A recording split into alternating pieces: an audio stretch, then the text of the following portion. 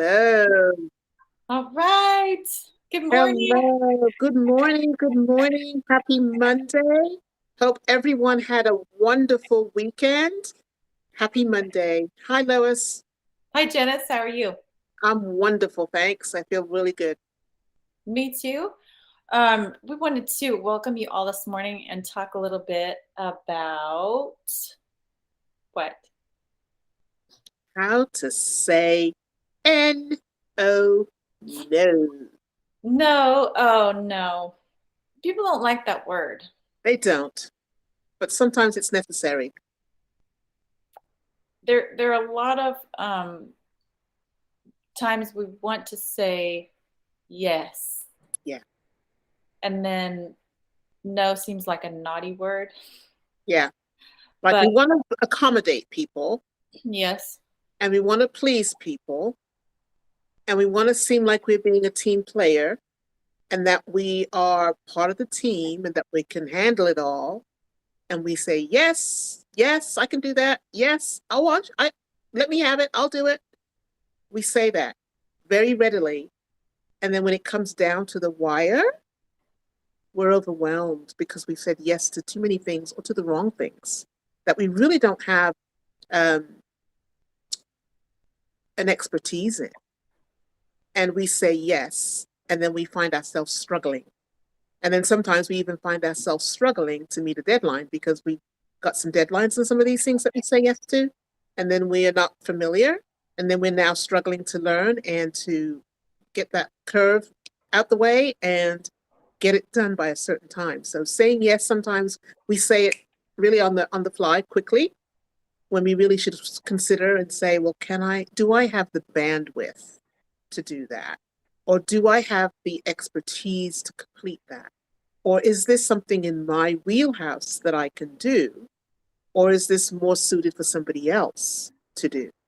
Or do I need to pay somebody to do this as opposed to me trying to do it and not having any idea about what I'm doing? So, yeah, that's a very good question. When to say no. I think those are good questions. I think we had a list of questions that we could ask ourselves Yeah, around our goals and dreams and what was going to kick off for us our best life, um, per se. Um, that'd be really helpful because there are things that we are really good at. yep, There are things that we want in our lives, and there are just certain things that aren't going to get us there. Does that make right. sense?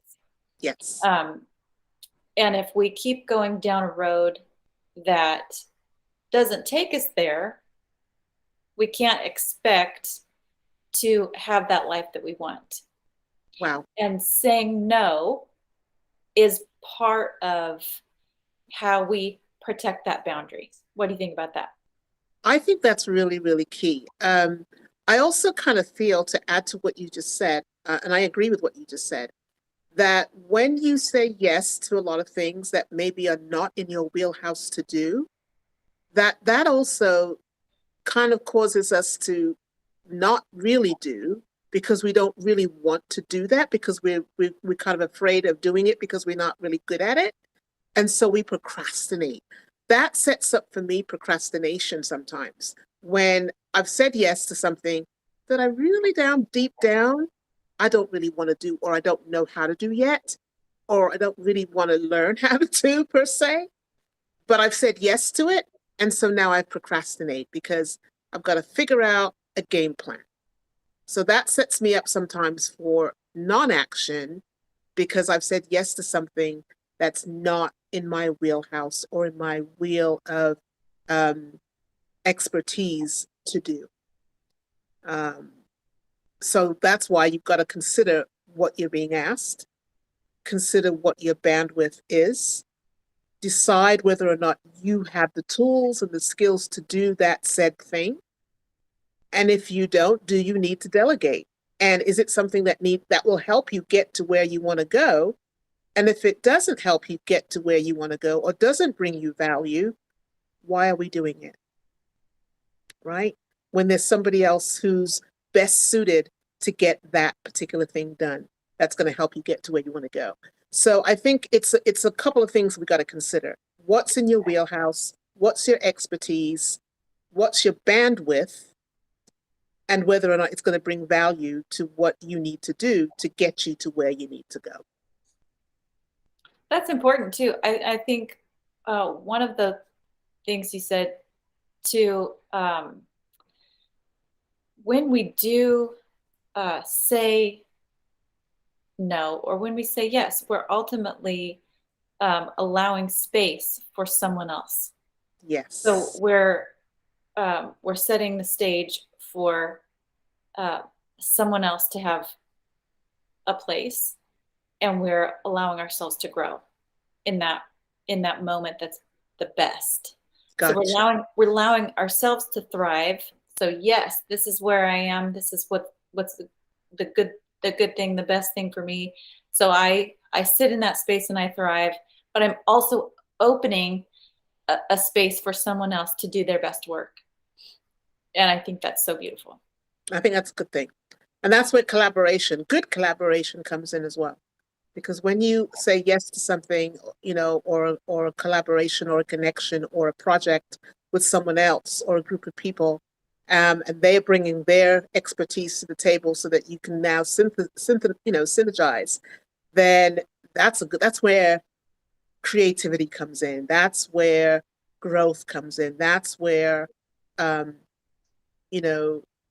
where just creativity, some great creative juices start to flow, and you've got things moving in a way that it probably wouldn't go when you just have one or two people thinking about the same thing or trying to get something off the ground to work. So it just brings a lot of skills from here, from there, from everywhere, brings it together in this synergistic part, and you get all kinds of things happening and just jumping off from that, which I think is a good thing. Why do you think we hear no in such a negative light? Because I think people see no as a rejection. They take it personal. They don't see it as no, not that I don't like you, but no, I really don't know that I have the bandwidth to do that particular thing that you asked me to do. Or no, I don't have the time to do what you asked me to do.